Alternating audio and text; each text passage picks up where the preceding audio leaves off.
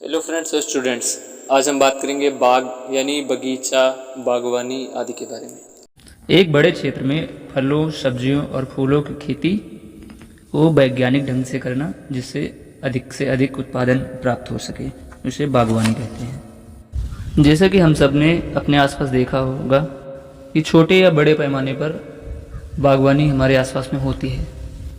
कोई सिर्फ अपने यूज के लिए बागवानी करता है, कोई थोड़ी बड़ी मात्रा में, और कोई व्यापारिक दृष्टि से बागवानी करता है।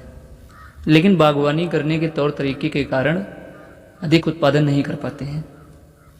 इसलिए वर्तमान समय में बागवानी को वैज्ञानिक ढंग से करने पर एक आमदनी का बहुत अच्छा स्रोत साबित होता है, जिसकी खेती करने से काफ़ी अच्छी आय प्राप्त होती है। बागवानी से एक और भी दूसरा बहुत बड़ा लाभ होता है। बागवानी से जब हम अपने आसपास पेड़ पौधे लगाते हैं तो उससे पर्यावरण का संतुलन भी बनता है, हमारे आसपास का माहौल भी अच्छा रहता है। मतलब बागवानी करने वाले किसान को भले ही आर्थिक दृष्टि से डायरेक्ट फ़ायदा होता हो, लेकिन उसके साथ में पर्यावरण अच्छा होने से वहाँ आसपास में रहने वाले लोगों को भी काफ़ी फ़ायदा होता है। वैसे तो बागवानी को 3 भागों में बांटा जा सकता है: फलोत्पादन, सब्जी उत्पादन, पुष्प उत्पादन। आगे हम इन सब के बारे में एक एक करके चर्चा करेंगे, लेकिन उससे पहले कुछ ज़रूरी बाग लगाने के लिए कुछ ज़रूरी चीज़ों के बारे में भी बात करेंगे। जैसे बाग लगाते समय ध्यान देने वाली बातें। बाग लगाने के लिए सबसे पहली और महत्वपूर्ण बात यह है कि बाग को बहुत ही सोच विचार कर लगाना चाहिए, क्योंकि एक बार लगा देने के बाद उसमें परिवर्तन संभव नहीं हो पाता। परिवर्तन कर भी सकते हैं, लेकिन वो बहुत नुकसानदायक साबित होता है। इसलिए बाग लगाते समय बहुत सी चीज़ों को ध्यान में रखकर बाग लगाना चाहिए। बाग लगाने के लिए सबसे पहली और महत्वपूर्ण चीज़ होती है भूमि या मिट्टी। चाहे जो भी फसल हो, चाहे खाद्यान्न हो, तिलहनी हो, दलहनी हो, नकदी हो, या बागवानी के लिए पौधों के लिए हो, सबसे अच्छी मृदा दोमट मिट्टी मानी जाती है। तथा उस भूमि का समतल होना और जल निकास की अच्छी व्यवस्था होना बहुत ही जरूरी है। वैसे तो अन्य फसलों की भांति बलुई दोमट, चिकनी दोमट मिट्टी में भी बाग लगाया जा सकता है। बाग लगाने से पूर्व ही सिंचाई की व्यवस्था कर लेनी चाहिए। सिंचाई के साथ साथ जल निकासी की भी व्यवस्था उतना ही आवश्यक है, क्योंकि वर्षा ऋतु में पानी ज़्यादा हो जाने से वृक्ष अच्छी तरह से नहीं बढ़ते हैं। इसलिए पानी का जल निकास भी बहुत आवश्यक है। एक और सबसे ज़रूरी बात यह है कि बाग को लगाते समय हमेशा ये ध्यान रखना चाहिए कि बाग के आसपास बाजार होना बहुत ज़रूरी है, तथा साथ में यातायात की सुविधा भी उपलब्ध होनी चाहिए, क्योंकि फल को एक स्थान से दूसरे स्थान पर ले जाने के लिए पर्याप्त संसाधन भी होना ज़रूरी है। बाग को हमेशा शहरों से दूर लगाना चाहिए तथा ईंट भट्ठों से भी दूर होना चाहिए, क्योंकि नज़दीक रहने से जो वहाँ भट्ठे से धुआं निकलता है उससे आम में कोलिया नामक रोग हो जाता है, जिसे ब्लैक टिप भी कहा जाता है।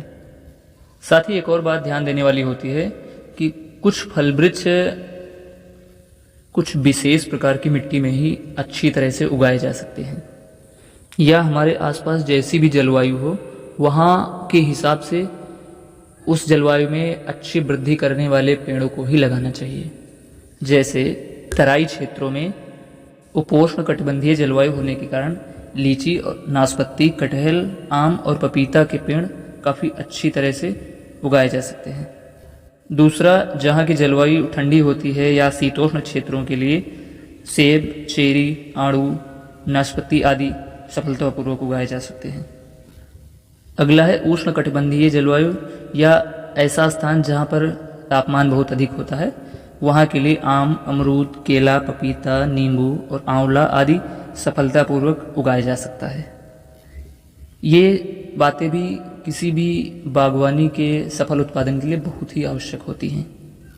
अब हम बात करते हैं बाग लगाने के लिए भूमि, पेड़ और जलवायु को चुनने के बाद क्या करना चाहिए। तो सबसे पहले चुनी गई भूमि को समतल करना चाहिए, जिससे वर्षा ऋतु का पानी खेत में भरने ना पाए। फिर खेत को समतल करने के बाद गहरी जुताई करना चाहिए, उसमें गोबर की सड़ी खाद, कंपोस्ट खाद मिलाकर छोड़ देना चाहिए। पानी की व्यवस्था के लिए वहाँ नलकूप लगवाना चाहिए। उसके साथ ही जंगली जानवरों और छुट्टा जानवरों को रोकने के लिए खेत के चारों ओर बाड़ लगानी चाहिए। मुख्य फसल को या फलदार वृक्ष को आंधी तूफान लू से बचाने के लिए बाग के चारों ओर वायुरोधी पौधे लगाने चाहिए, जैसे देसी आम, शीशम, महुआ, यूकेलिप्टस आदि वायुरोधी वृक्ष होते हैं। अब बात करते हैं कुछ बहुत ही महत्वपूर्ण प्रचलित बाग लगाने की विधियों के बारे में, जैसे वर्गाकार विधि, आयताकार विधि, त्रिभुजाकार विधि, पंचकोणीय विधि, षटभुजाकार विधि, कंटोर विधि। तो सबसे पहले बात करते हैं वर्गाकार विधि के बारे में। ज़्यादातर बाग इसी विधि से लगाए जाते हैं। इस विधि में पौधे से पौधे और पंक्ति से पंक्ति के बीच की दूरी बराबर होती है। इस विधि में किसी भी एक पेड़ के चारों तरफ जितने भी पेड़ होंगे वो बराबर दूरी पर लगे होंगे। फल वृक्ष की प्रकृति के हिसाब से पौधे से पौधे और पंक्ति से पंक्ति के बीच की दूरी 5, 8, 10 या जो भी उपयुक्त हो वो अपनानी चाहिए। इस विधि में 2 पंक्तियों के 4 पौधे मिलकर एक वर्ग बनाते हैं। दूसरा है आयताकार विधि। यह विधि भी वर्गाकार विधि के समान ही है, लेकिन इसमें पंक्ति से पंक्ति की दूरी पौधे से पौधे की दूरी से थोड़ा ज़्यादा होती है। इस विधि में कोई भी एक पेड़ अपने आसपास के 4 पेड़ों को मिलाकर एक आयताकार डिजाइन बनाता है। अगला है त्रिभुजाकार विधि। इस विधि में भी पौधे से पौधे के बीच की दूरी वर्गाकार विधि की तरह होती है, लेकिन वर्गाकार विधि में जैसे हर पंक्ति में पौधे आमने सामने लगाए जाते हैं, लेकिन त्रिभुजाकार विधि में एक पंक्ति जो लगाई जाती है उसके बाद जो दूसरी पंक्ति के पेड़ होते हैं वो पहली पंक्ति के 2 पेड़ों के बीच में लगाए जाते हैं। इस विधि में कोई भी 3 पेड़ मिलकर समद्विभुजाकार त्रिभुज की आकृति बनाते हैं। अगला है पंचभुजाकार या पूरक विधि। इस विधि से कम फैलाव वाले पौधे लगाए जाते हैं, जैसे पपीता और केला आदि। यह विधि भी वर्गाकार विधि के समान होती है, लेकिन अंतर सिर्फ इतना होता है कि इसमें 4 पेड़ों के बीच में भी एक पेड़ लगा दिया जाता है। इस तरह जो 4 पेड़ों के बीच में एक पेड़ लगाया जाता है उस पौधे को पूरक पौधा कहते हैं।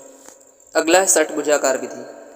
इस विधि में अन्य विधियों की अपेक्षा थोड़े पेड़ ज़्यादा लगाए जा सकते हैं, इसलिए इस विधि का प्रयोग वहाँ करते हैं जहाँ पर भूमि की उपलब्धता कम होती है।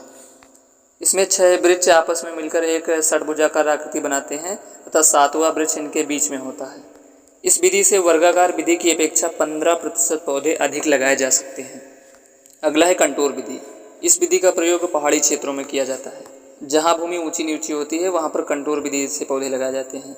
इस पद्धति में पौधे सीधी रेखा में न लगाकर पौधे की आकृति के अनुसार लगाए जाते हैं, लेकिन इस विधि में अन्य विधियों की तुलना में कम पौधे लगाए जाते हैं।